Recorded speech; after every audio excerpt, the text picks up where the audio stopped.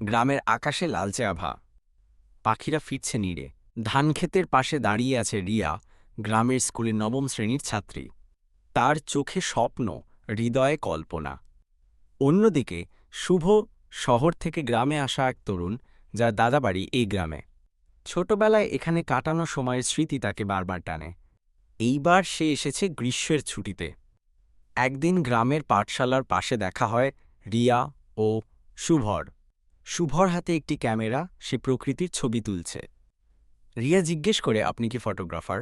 শুভ হাসে, না, শখের ফটোগ্রাফার। গ্রামটা খুব সুন্দর, তাই ছবি তুলছি। এইভাবেই শুরু হয় তাদের পরিচয়। প্রতিদিন বিকেলে তারা হাঁটে ধানক্ষেতের ধারে, কথা বলে জীবন, স্বপ্ন ও ভবিষ্যৎ নিয়ে।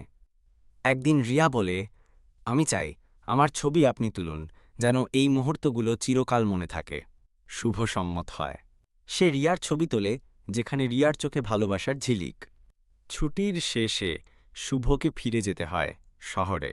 বিদায়ের সময় রিয়া চুপচাপ। শুভ বলে, আমি আবার আসব, তোমার জন্য। বছর ঘুরে যায়।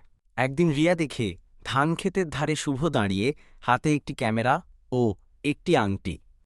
শুভ বলে, এই গ্রাম, এই ধানক্ষেত আর তুমি সবই আমার ভালোবাসা। তুমি কি আমার জীবনসঙ্গিনী হবে? রিয়ার চোখে জল, সে মাথা নাড়ে সম্মতিসূচক।